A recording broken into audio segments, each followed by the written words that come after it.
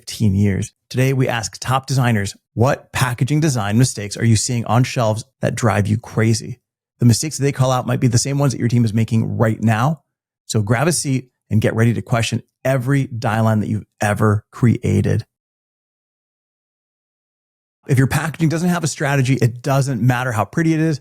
Chris Wilson, Jennie Potts, Matt Dix, and Hernan Braberman are going to break down the most fundamental sins of what's driving them completely crazy, which is playing it safe, blending into the aisle, and ignoring the complete user experience. Let's kick it off with Chris Wilson of Stickman Design. A common mistake or even a missed opportunity that I often see in packaging design is that brands tend to stick to the same format as everybody else in the category. So if you're a spirits brand, you put it in a glass bottle. If it's skincare, it goes in a tube. If you've got condiments, they go into squeezy style bottles. And often it's not because that format is the best option. It's just the safest. It's familiar. It feels low risk. If everyone else is doing it right, it must be the right answer. But there is a problem with that. So when everyone looks the same, the product then becomes invisible on the shelf. It blends in with everyone else. Kind of like this sea of sameness. Plus, a lot of the default formats, they're not even the most functional or exciting. They're just these legacy decisions, stuff nobody's thought to question or change. That whole kind of, if it's not broken, don't fix it mindset. So a simple fix might be to switch the packaging type to something that's unexpected, something that's not widely used for that product or sector. I've seen an example of a brand selling a body wash in a whipped cream can, or I've got an example here of some coffee beans in a paint can style tin instead of a pouch. So it's not just about looking different, but it can sometimes improve the functionality, which in turn makes for a better overall customer experience. Certain shapes or forms can help reinforce your brand story, show how your business thinks different, and potentially increase the memorability of the brand. So I'd love to see designers stop thinking like, what's the standard pack for that type of product, the kind of go-to choice, and instead ask like, what's something people don't expect? How could I do things differently? And I think as creatives, that's how we can help our clients' products stand out on the shelf. It can set them apart from the competition and gain them more attention for their brand and their products. Hi, I'm Jennie, Creative Director at JKR. And there's a few mistakes that I see packaging design fall into. So I've got a couple of key ones. So the first one is brands too heavily following category codes. So obviously this results in a sea of the same, a wall where it's really difficult to differentiate one brand from another and really stand out. And, category codes can be really important because there's certain codes that consumers use to understand what the brand's about. However, there can be real strength in deliberately going against category codes, really trying to do something different. But I think it's always important to do this in the mind that you're amplifying something that's distinctive about your brand. So not just going against category codes for the sake of it, but to communicate something about your brand. Looking at codes from other categories, for example, where you can borrow those codes and those styles. I think this has been seen a lot in the startup world, where brands have had to come in and do something different and they've deliberately gone against category codes and then over time really stood out. I think a brand like Liquid Death, for example, have obviously lent into the codes of heavy metal and festivals.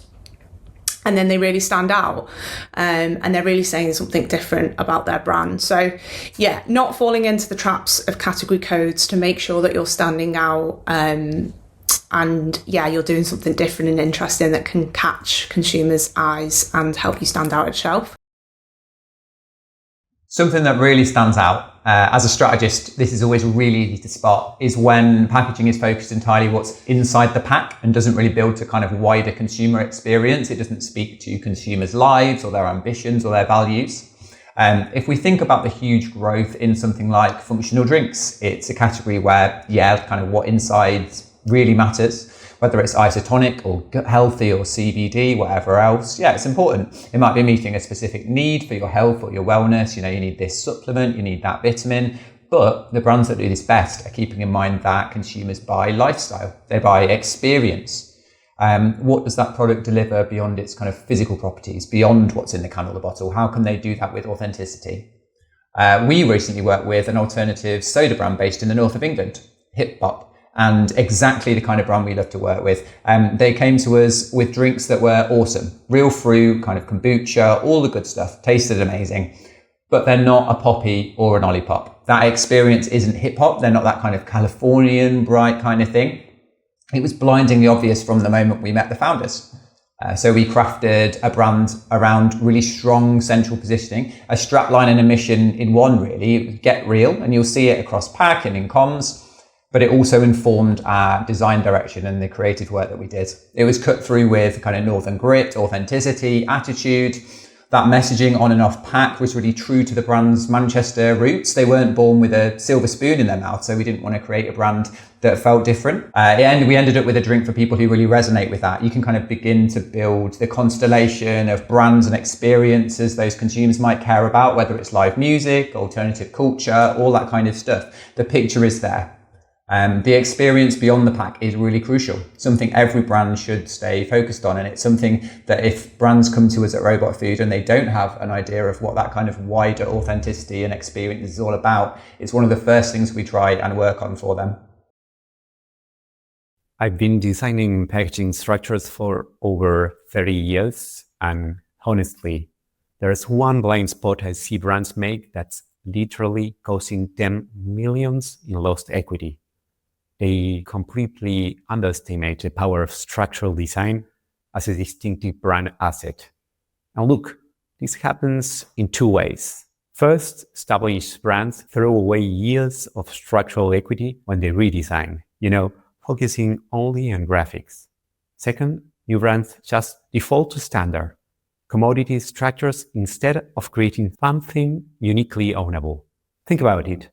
Consumers recognize the Coca-Cola bottle silhouette in complete darkness, right? That's not graphics, that's structural DNA. But most brands either destroy this equity or never build in the first place by choosing generic shapes that could literally belong to anyone. So here's the fix. If you're an established brand, audit your structural equity before touching anything.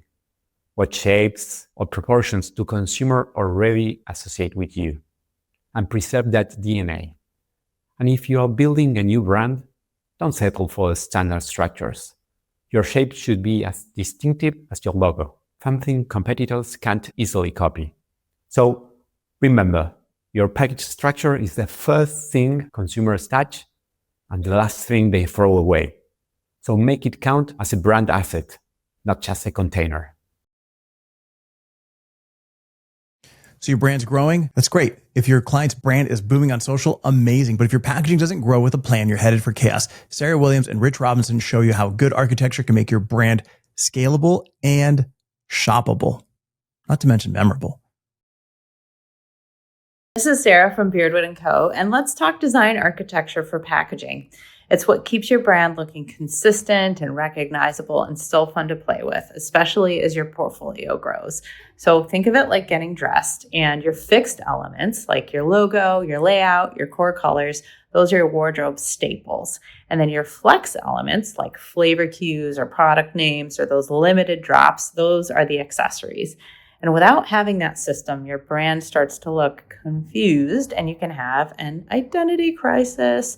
So you've got to make it clear what stays the same and what can change. And every new product will feel fresh and on brand. And that way, if you're expanding, your design system can keep up and still look great doing it. So that's design architecture for packaging. A big thing we see time and time again is brands with large packaging ranges that have grown over time without having that clear structure or system in place. These become really messy and generally lack that consistency of the brand imprint as they've grown over time. One of the principles at Robot Food is now and next, in making sure that brands are fit for not just today, but we're also setting up for the future. Our process is to fully understand those current teething issues and put in place the right steps to keep the brand flexible for the future without losing anything which makes them fun and unique today. A great example of this is Brooklyn Brewery. So they started with Brooklyn Lager. It grew over time. They had multiple logos in play and multiple pack layouts. A fix of this was to reinstate one master logo for everything and a clear framework which had plenty of flex and plenty of play in there so that we could set things up for the future without being too restricted. You can't design everything in concept ultimately. A big thing that we do here is work in schematics. It helps keep the process fast and flexible. So when we pitch work back to a client, we're often working with colours, typefaces and claims in really simple breakdowns so we can get a strong overview of an entire range without getting lost or caught up in all the little details. Ultimately, by being consistent, it gives the client the confidence to grow their brands over time with ease and ultimately avoid those early issues, the same issues of what they had when they came to us from day one. If finding your spec data is a wild goose chase around your office, you've got a data problem. SpecRite is the only cloud-based management specification solution that every brand needs. Because if you don't spec right, you'll spec wrong.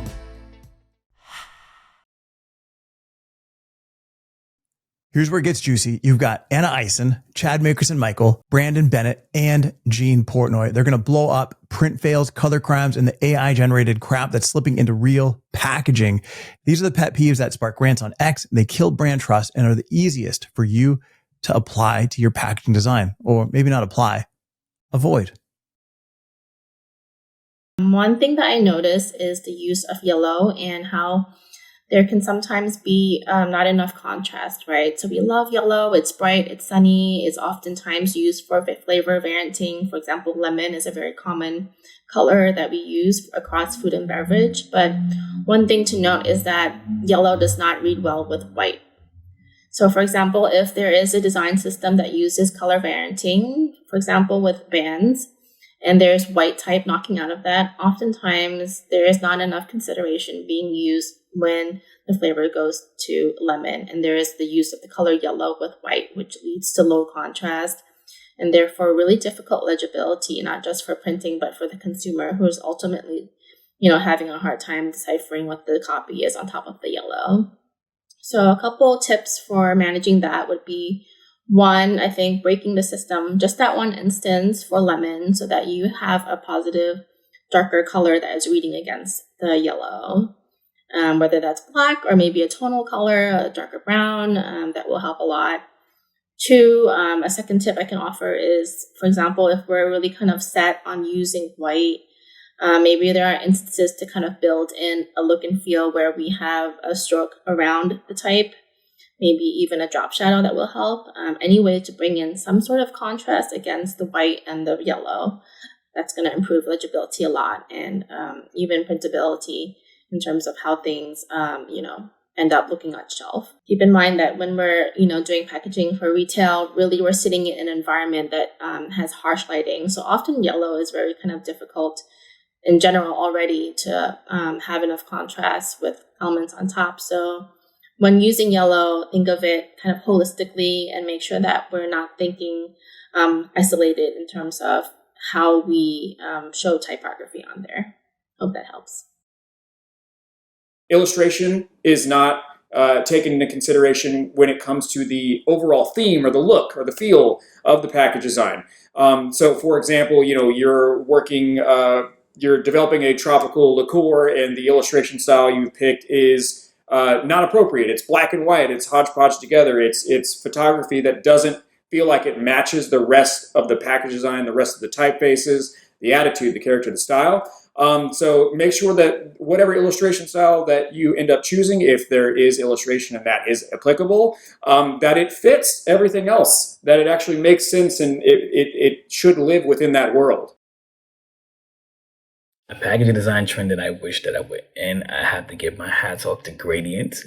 Me personally, and especially with the work that I do, I'm not too fond of them solely because the challenges that they present, especially when you start diving in different materials, different substrate, how does the gradient actually lend itself? And even from an execution standpoint, breaking down what you see on screen is not going to be the same as the actual final outcome.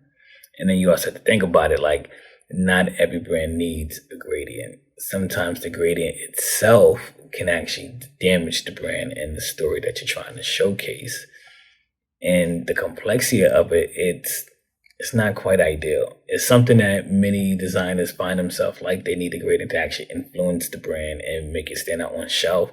And sometimes it can actually compete with the visual elements that the brand is trying to showcase, whether it's through imagery, typography, or even just, with colors itself. And then you may have to also think about like how does the gradient, affect the actual packaging, and then from there, going from different sizes and scale. I would say, without a doubt, the thing that over the past year that has been my pet peeve is seeing AI full illustrations just cranked out onto label designs. It's immediately recognizable as AI, and also just in general, like, lacks a sense of authenticity. It really misses the mark for me 9 times out of 10, and it's not simply because I am afraid or worried about the AI movement. That's quite the opposite. We're actually very much embracing it over here. It's become an incredibly valuable tool, and it saved us a lot of time, and we're able to get to the vision much faster using AI as a helper, as assistance. But seeing it on package design, just as a full illustration, encompassing top to bottom, or however it may be used, is just, it seems like it's definitely an easy way out. There's kind of a lack of perspective and soul behind these pieces, which is what makes art great in the first place. AI doesn't have a point of view, it doesn't have perspective, it doesn't have an emotional connection to the art it's creating. It's simply taking everything in existence on the internet and showing you, delivering you something that most likely has been done before. And you see that in these package designs. You see, hey, this doesn't feel authentic. This doesn't feel like it comes from a human being. And it's kind of it's a reflection of the product. It's never good to add an unauthentic approach into a package design, in my opinion. So that's my pet peeve. All right, Amelia, you wanted a pet peeve? Adobe, you guys need to handle your business. You got to fix this color problem. Got to work it out with Pantone. Got to get the licensing back, buy them, whatever you guys need to do. You guys work better together. You need to figure it out. It's better for designers. It's better for the community. And it's definitely better for color. Let's get it going. Let's do it. Before we kick off into the next segment, I want to know, what are your biggest packaging pet peeves? Put it in the comment. I'd love to see it, and I'd love to talk about it. Next up is going to be cluttered packaging. You want to say less, but you want to say it better. In this segment with Martin Widdowfield and Jennie Potts, it is all about the clutter that brands keep piling on packaging. Certifications, claims, and that 12-point type that nobody can read. Nobody wants to read. These designers want you to cut the crap. Cut the noise. Information overload. So what I mean by that is, when we get general briefs in from clients for a particular product, mainly being packaging in this case, what we usually find within the brief is that they ask for a lot of claims on pack, and it can be even up to 10, 15 claims, and it just gets so difficult to actually create any impact on pack. And as well, if we zoom out a little bit, what we also find is, if you look at research suggests, I think it's 10 words per supermarket visit that people actually absorb. So it's really interesting in telling that. We've got to be careful with how many claims and how much information we have on pack. So the way we get around that robot food is we live by this a principle called KISS, which is keep it simple, stupid. And what we mean by that is just really, really stripping back those claims. But obviously, a client wants to get certain messages across. But the challenge is us having to go back to them sometimes and giving them that truth that they will get lost if they have that many claims on pack. So what we try and do is, we have to really understand the consumer. We have to understand what really drives that consumer for that particular product and what type of message actually is going to resonate with those guys. And then we have to go back to the client with those findings and really, really sell to the client that you've got to have the confidence to put less on pack. And again, we like to sometimes call that simplify and amplify. And what that's about is getting rid of the fluff and just really then giving us the space to amplify those important messages. Brands trying to say too much on pack. Now, obviously the pack has to do a lot. It has to do a big job. And if a brand's got a lot to say, it can be really difficult to narrow down. But the problem is, if you try and say everything on your pack, you end up saying nothing. Consumers have short attention spans. They're literally glancing at shelf, and putting too many things up on the pack then starts to clutter it up and actually reduces the things that you are saying. So making sure that you're simplifying to amplify. Simplify means you can have a bolder, more direct pack and more direct communication, helping you stand out on shelf and really be clear about what your key USPs are. And then, there's lots of other places where you can tell all of the other stories. There's quite often lots of other faces of the pack. You can tell some of these other stories and go into more detail. But yeah, making sure that you're really simplifying to amplify on shelf. And then bringing these two things together, really amplifying what makes you distinctive and doing it in the boldest, most simplest way so that you are unique and you have great standout. So they're my 2 tips. Thank you. Last up, big ideas, sustainability, sensory experience, and how to build iconic moments through form. It's the stuff that turns packaging into a brand. We've got Caroline Cox of Base Design in Melbourne and Chad Makerson Michael with their packaging pet peeves and what you should avoid in your next packaging design. I'm Caroline Cox, Creative Director of Base Design in Melbourne. I think the one biggest mistake I see brands making in packaging today, it's a very boring one, but I would have to say sustainability. I think that most clients these days, when they hear the word sustainable, they don't imagine these bold, colourful, kind of highly bespoke packs that you often see on Pinterest or Instagram today. They might think that sustainable means really pared back, brown bottles, somehow less premium, but it really doesn't have to be that way. Being sustainable is more complex and can be more expensive. It takes time to research, source, work with the right production partners. But, it honestly is an investment in future-proofing your brand. It can also be really contradictory if you're a brand flouting 100% natural ingredients in your products. It's pretty contradictory if your packaging doesn't live up to the same standards. Refills are really great, but really many customers still aren't adopting them these days. There's also a huge misunderstanding about what recyclable plastics actually are. I think many brands will say they use PCRs, but at the end of the day, when there's no infrastructure in place to actually process these plastics, then you're really just passing the problem on to someone else. So how do we change this? Ideally, move away from plastics in favour of more sustainable alternatives. Aluminiums, glass, paper, all infinitely recyclable. We rethink shapes and weights. This is a big one. So many oversized products and packs around these days. Smaller, lighter packaging uses less material. It also reduces air freight costs and cuts down on your carbon footprint. Set clear guardrails up front before you start designing. Do your homework. Figure out what can and can't be recycled and design around this. You will always find a creative solution within those parameters. And lastly, really push your partners for innovation. There's incredible work happening out there in new materials. Sometimes you just have to push your production facility to really kind of go there. For example, we collaborated recently with a manufacturer to develop a fully sustainable out-of-box system for a fragrance bottle. We designed a custom heavyweight stock and a 3-part structure that protected the bottle. Ultimately, it could all be flat packed and was completely recyclable. It took a lot of trial and error to get there, but we eventually landed on this system that felt premium and luxury, both in hand and during the unboxing. Few of the things, or one of the things that I see that's a kind of a constant miss within my category specifically is not taking advantage of the tools that you have when it comes to bottle design: the glass, the closure, the packaging, the shrink wrap, the label dressing itself.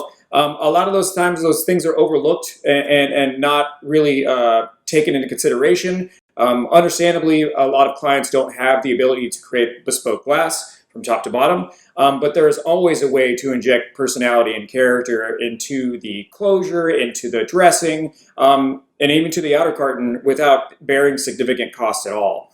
There are a lot of opportunities for someone to seize the day, take those tools and do something that really stands out from the rest of the crowd. And that's obviously always the goal, is to be distinctly different from everyone else. But it is, how do you do that in a way that is truly different and doesn't regurgitate what one person is already doing or several brands are already doing? So try to really inject all the brand character and all the attitude, tone of voice into every aspect as possible and drill that in and set it on a shelf and make sure that it is unlike any others. So whether that be the glass or the closure or the label dressing, make sure it's just doing something, giving something else, delivering something that hasn't been delivered before, and let that always be your goal. Now that you've seen the biggest packaging pet peeves from designers around the world, the question is, are you making any of these packaging mistakes? Did we miss any? Let me know in the comments. And whether you're just starting out, launching your first product, this episode was your cheat sheet for what not to do if you want to stand out on shelf and get taken seriously. Drop your biggest pet peeves in the comments. We want to hear what drives you crazy. And if you disagreed with any of these designers, let us know, because that's how we push the industry forward. This is Packaging Unboxd. My name is Velio Matos. And if you enjoyed this episode, you might want to watch one of these.